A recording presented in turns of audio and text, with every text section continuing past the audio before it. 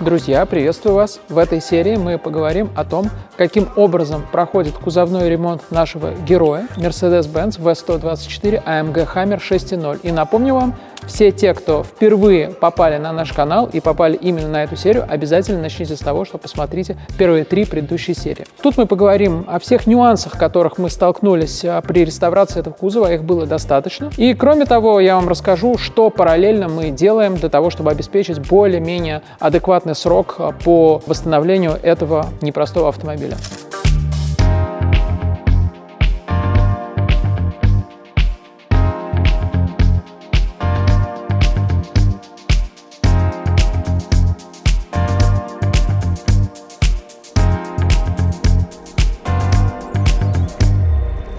У вас, наверное, справедливо возникает вопрос, а зачем в принципе реставрировать такой автомобиль? То есть он и так находится в достаточно хорошем состоянии. Дело в том, что какие-то мелочи, если их запустить вот на этом этапе, то это уже сулит большими проблемами в будущем. И, в принципе, с самого начала эта машина, она заезжала на комплексную все-таки реставрацию, а не какой-то локальный ремонт, назовем это так. И, кроме того, даже очень хорошие машины, которые не видели там нашего климата, они, по правде сказать, проходят сквозь большое количество времени и не всегда могут совершенно там безупречно храниться. Может, где-то влажность, может, в конце концов, где-то на заводе не так идеально положили герметик или еще какие-то моменты. И таким образом вот эти мелкие очаги, они копятся, и в какой-то момент они уже приводят к тому, что автомобиль и его кузов находятся в действительно плохом состоянии. Этого данная машина избежала, и вот мы сейчас вовремя беремся за то, чтобы вот все эти мелочи остановить, восстановить и привести к состоянию, которое вот от нас требует заказчик. Все те, кто выбирают между тем, чтобы автомобиль остался в оригинальном совершенно полностью состоянии, и те, которые предпочитают такую брутальную реставрацию, вот я считаю так, что если, конечно, у машины какой-то совсем маленький пробег, там при этом очень хорошо сохранился, то, конечно, нету смысла в него влезть. Если есть даже какие-то локальные очаги, требующие ремонта, нужно их устранять локально и, соответственно, закрывать этот вопрос. Но когда машина уже проехала достаточно приличное количество километров, и у нее где-то есть на кузове трещины, где-то есть вот эта коррозия, где-то она уже получила какой-то неквалифицированный, назовем это так, ремонт, то уже автомобиль есть смысл восстанавливать комплексно, потому что слишком много вот этих нюансов и вот эти вот маленькие какие-то ремонты, они уже не имеют смысла. И знаете, давайте еще разберемся немножко в технологиях производства компании Mercedes-Benz, ведь среди любителей этих автомобилей бытует мнение, что рестайлинговые машины, они имеют худшую коррозоустойчивость, чем дорестайлинговая. У нас как раз, напомню вам, дорестайлинговая машина. Я почитал в интернете различные статьи, изучил документацию и пришел к выводу, что действительно это не лишено основания. Начнем с того, что технология окрашивания с 1993 года, то есть на рестайлинговых машинах, она уже поменялась, потому что в Европе поменялось законодательство, и стремление к экологичности привело к тому, что они начали использовать краски, которые водоразбавляемые. И водоразбавляемые краски, они действительно более экологичные, но, к сожалению, они не так хорошо защищают металл. Это первое. Второе, считается, что на дорестайлинговых машинах использовалась более толстая сталь. Лист до 1 мм, тогда как на рестайлинговых машинах это уже до 0,8 мм. То есть металл действительно стал тоньше. И самое главное, это площадь оцинковки. Рестайлинговые машины имеют меньшую площадь оцинковки. Это по официальным вот бумагам, которые я нашел, которых я изучал и читал. Но скажу вам по правде, что, конечно, вот эти факты объективные, и они тоже влияют на долговечность, но, тем не менее, больше всего влияет на долговечность все-таки то, как автомобиль эксплуатировался, попадал ли он в ДТП, как он хранился, в каком климате он ездил. Вот именно это и ведет к тому, как автомобиль дойдет до наших дней. И у нас в сервисе огромное количество машин разных годов выпуска, и я часто могу встретить и рестайлинговую машину, которая действительно хорошо сохранилась, за которой хорошо ухаживали, которая не была в ДТП, или если была, то восстанавливалась корректно, и они хорошо проживали, тогда как какие-то автомобили и дорестайлинговые, которые хранились плохо, очень много километров проехали. Ну что вы можете сделать, если у машины 300-350 тысяч километров пробега, и он ездил по плохому климату, по соли и так далее, он, к сожалению, обречен. Так что вот наша дорестайлинговая машина, назовем так, что даже тот факт, что она достаточно хорошо прожила вот эти свои годы, тем не менее у нее тоже есть вот эти маленькие моменты, о которых давайте мы сейчас с вами и поговорим. Такое количество мелочей, оно в итоге гораздо больше времени, к сожалению, занимает, чем какие-то глобальные даже вещи. Вот представьте, что есть какое-то там отверстие сквозное. Вот его гораздо быстрее заделать, нежели чем взять и эти все мелочи привести в порядок. То есть на автомобиле даже на внутренней панели крыши была коррозия, то есть мы даже там ее устраняли. Везде в местах кронштейнов, креплений сидений, даже где-то отошла уже сварка. Вот. То есть мы эти все места разбирали, все это зачищали, обрабатывали и ставили обратно по заводским точкам. Таким образом, вот если с одной стороны вы можете сказать, что зачем как бы вот и без того неплохой автомобиль трогать, а с другой стороны, если уж мы начинаем вот эту реставрацию, то есть тем не менее мы глобально подходим к этому вопросу. Мы должны действительно пойти глубоко и доделать вот эти все маленькие очаги для того, чтобы автомобиль вот в этом хорошем состоянии сохранить на многие годы. Конечно, эта машина не будет ездить зимой, у нее как бы, думаю, такая достаточно звездная судьба, она будет храниться в каком-то хорошем месте, в хороших условиях и будет жить в различных коллекциях дальше, потому что это действительно редкая машина. Но, тем не менее, даже, повторюсь, при хорошем хранении, а у нас вот, например, есть один Mercedes S72 здесь, у которого пробег всего около 10 тысяч, несмотря на то, что машина вообще не ездила, в нескольких местах мы нашли коррозию. То есть также автомобиль постепенно цветет. Потому что это когда-то запустили, то есть за этим не уследили, и уже вот какой-то большой кусок, большой очаг. А тут мы все вот эти мелочи убрали, кропотливо, точно, вот, и времени это заняло, к сожалению, очень-очень много. Мы в кузовной мастерской.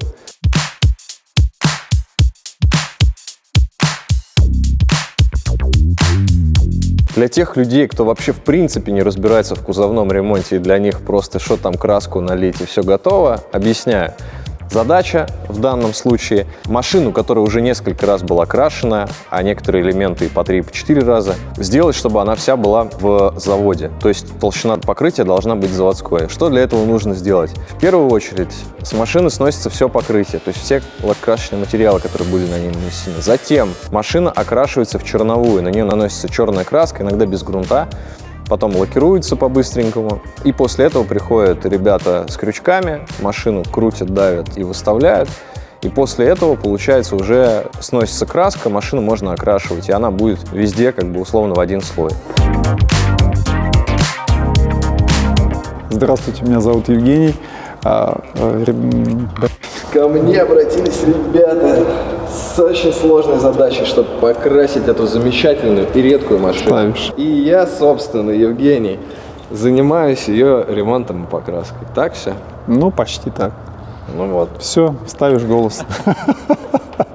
Сейчас за моей спиной машина, она в голом металле, к ней финально подгоняется листва, молдинги, пороги. На ней уже выставлены все зазоры, то есть она ровная. И уже совсем скоро она будет открашена и засияет новым лаком и краской. С самого начала концепция восстановления этого автомобиля была такова, что заказчик хотел, чтобы машина была максимально похожа на точно такую же новую. Что для этого нужно? Ну, конечно, нужно закупить большое количество запчастей, потому что есть вещи, которые мы действительно стремимся восстанавливать, и я про них также расскажу, про наш подход, что мы часто очень стараемся сохранить те детали, которые были установлены не с завода. Но очень многие вещи мы, конечно же, меняем. И вот в чем плюс Хаммера? С одной стороны, это просто V124 300E, то есть простой, хоть и на тот момент, на момент выхода топовые, самые мощные Mercedes в линейке V124. Но, тем не менее, это простая машина. У нее нет вот таких дорогих передних фар, как на 500E или E500. И многих таких элементов, особенных для более поздних топовых модификаций, на этом автомобиле не установлено. Таким образом, очень многое можно купить по достаточно разумным ценам. Но я, честно говоря, был не очень приятно удивлен тому, сколько стоят оригинальные детали даже для этой машины. И вот знаете, самая большая сложность в этом автомобиле — это разделить тот список запчастей, который нам нужен, на детали, которые относятся именно к Хаммеру, и те детали, которые просто обычные, оригинальные от обычного 124-го. Мы потратили достаточно много времени. С чем это связано? Вы, наверное, думаете, ну хорошо, залезь там в программу запчастей и посмотри. Но это не так, потому что на AMG, на те машины, которые они выпускали еще до слияния с Mercedes, нету полностью таких полноценных каталогов запчастей. Таким образом, для того, чтобы разобраться, что это за патрубок стоит на моторе, это просто приходится вот каким-то опытным путем подбирать и разбираться. Ну, иногда мы какие-то писали, конечно, имейлы в немецкие компании, пытались выяснить, они тоже там толком не знают. Со многими вот патрубками у нас были просто очень-очень длительные процессы поиска, что это за деталь стоит, потому что на них нет номеров, но при этом вот, например, деталь изношена. Вот представьте, сколько сил приходилось на это тратить. Или, например, вот представьте, банально, радиатор. От какой машины стоит на этой машине радиатор? Не оригинальный, то есть не тот, что стоит на 300Е. Кто-то подумает, ну, может, от 500Е. Ну, напомню, что Хаммер вышел, когда еще 500Е не было. Может, от 126-го? Нет, не от 126-го. В общем, в итоге мы выяснили, что радиатор на ней стоит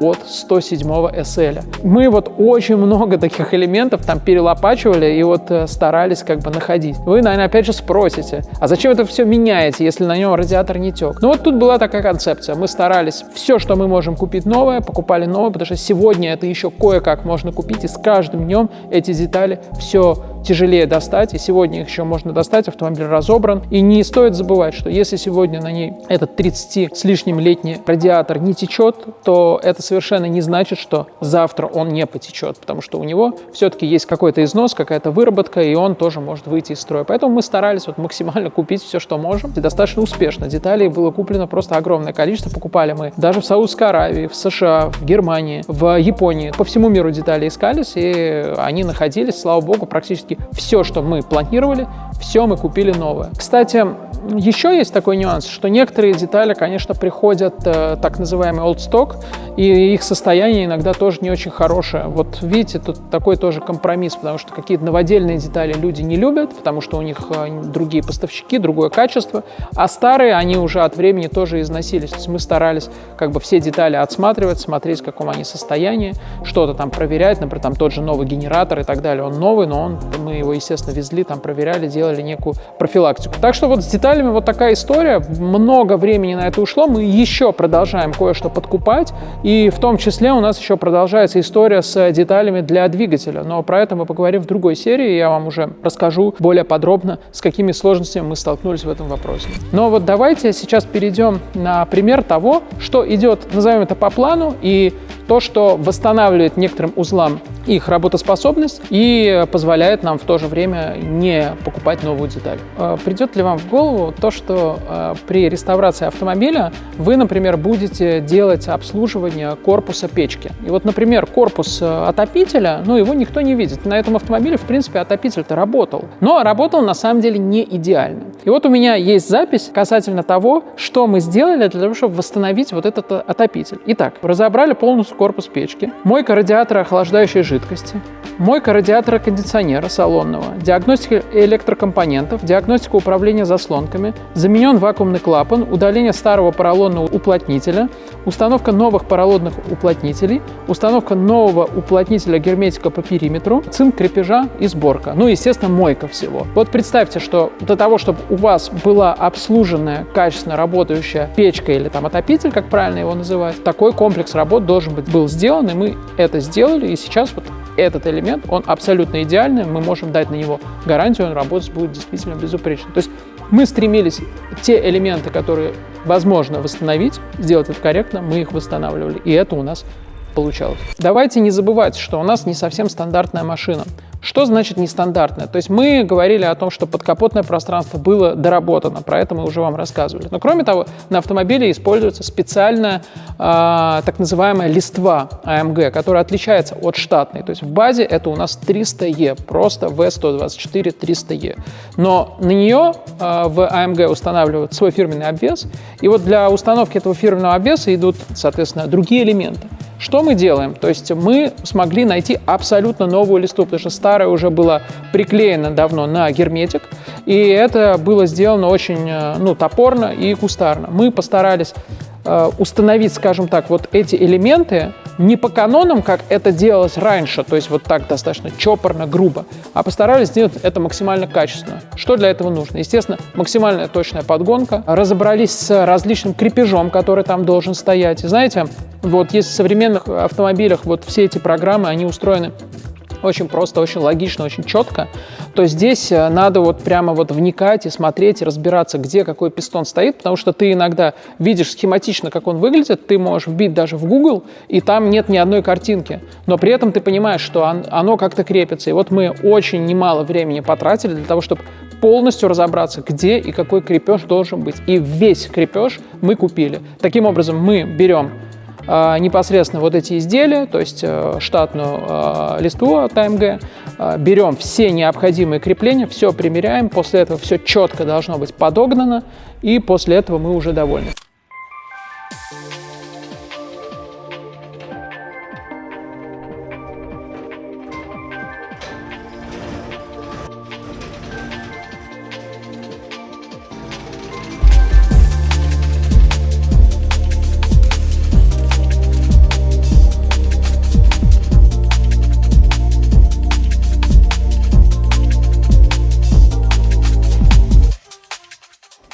Так что получилось очень здорово, хороший результат. И самое главное, мы старались везде придерживаться того, чтобы делать как на заводе, по заводским технологиям, использовали оригинальные герметики, качественную террасоновскую изоляцию, которой тоже в России нет. Вот посмотрите, даже для того, чтобы сегодня в России восстанавливать такой автомобиль и покупать какие-то правильные детали, правильные расходники, мы заранее это все заказывали из Европы, это все приходило, и у нас на складе достаточное количество этих материалов есть, мы их стараемся теперь держать сами, потому что купить, к сожалению, нигде оперативно это нельзя. И вот все мы, соответственно, уложили эту изоляцию, положили все эти герметики, смогли заранее также заказать все глазуритовские материалы, которых в Москве тоже, к сожалению, не всегда бывает, и половина из этого подделка, но мы вот четко понимаем, где мы в Германии его покупаем и сами привозим, поэтому несем за это ответственность. Вот. Так что с точки зрения покраски вот такой результат. Сами смотрите на кадры. Мне кажется, получилось очень здорово, я доволен. Долго, действительно очень долго. Я рассчитывал, что будет быстрее, но получилось дольше, чем я думал, что может быть в самом пессимистичном варианте. Вот. Но, тем не менее, зато результат хороший. Автомобиль достоин того, чтобы подольше с ним повозиться и в итоге прийти к тому, что вот вы видите на своем экране. Вообще, данный автомобиль очень сложный в ремонте, но он очень интересный, потому что все материалы, которые здесь используются, они подобраны под этот автомобиль.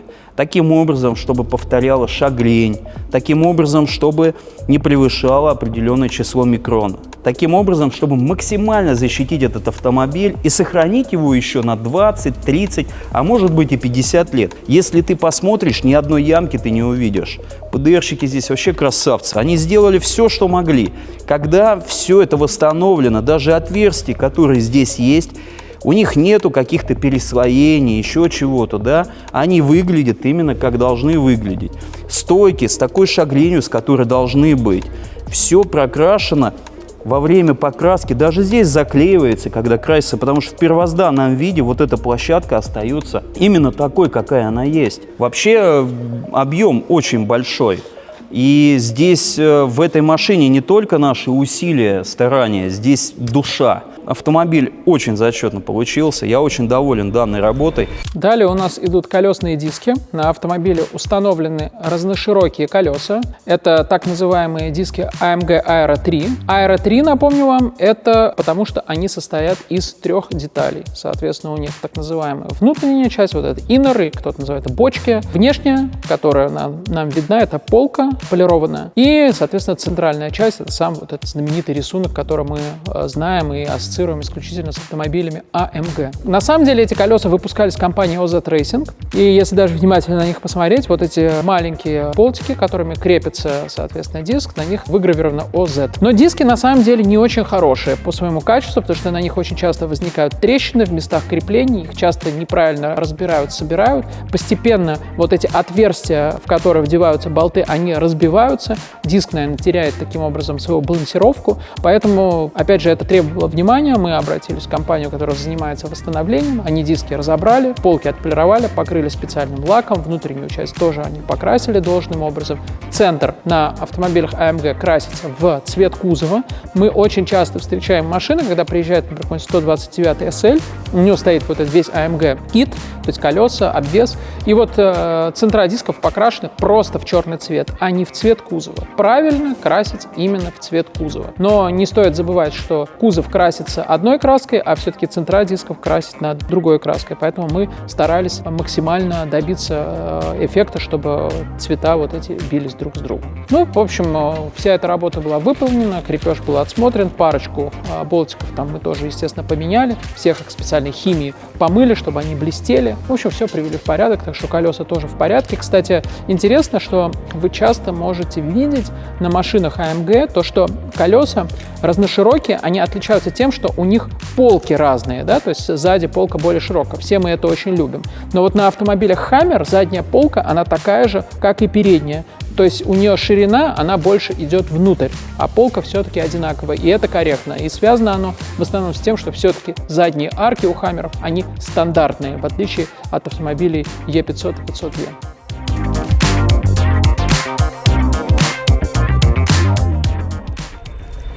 Приветствую, дорогой друг. Кузов в студии, а значит, мы переходим уже к следующему этапу. Но предварительно поговорим о том, что произошло здесь.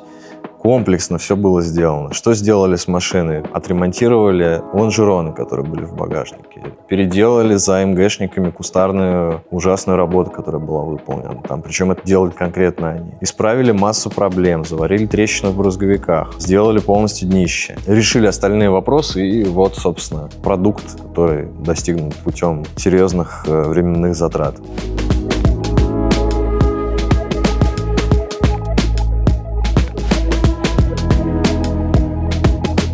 Покрасить машину, которой там с 30-40 лет, это не то же самое, что покрасить машину, которой 2 года от роду. Две разные задачи. Эта машина, напоминаю, была окрашена порядка 5 или 6 раз некоторые элементы. Толщину сейчас от 110 до 140 микрон. В круг везде.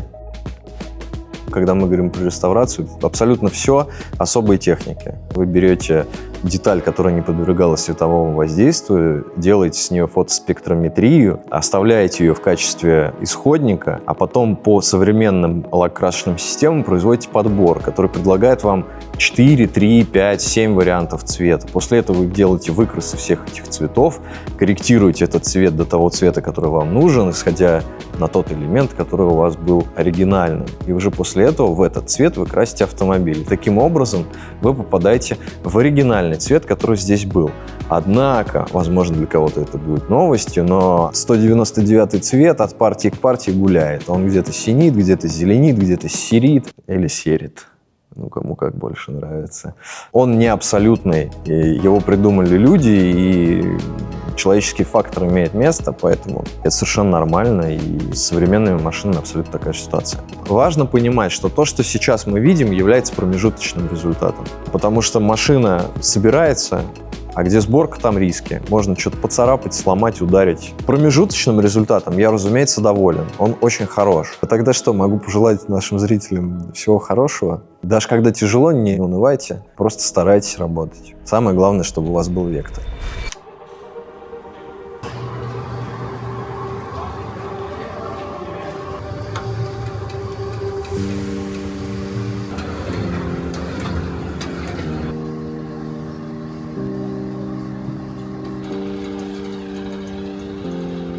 В завершении серии хочу вам рассказать о том, что нас ждет в будущем. Вот на самом деле сейчас кузов уже приехал к нам, он стоит, мы сейчас поставим его на подъемник и постепенно начнем сборку.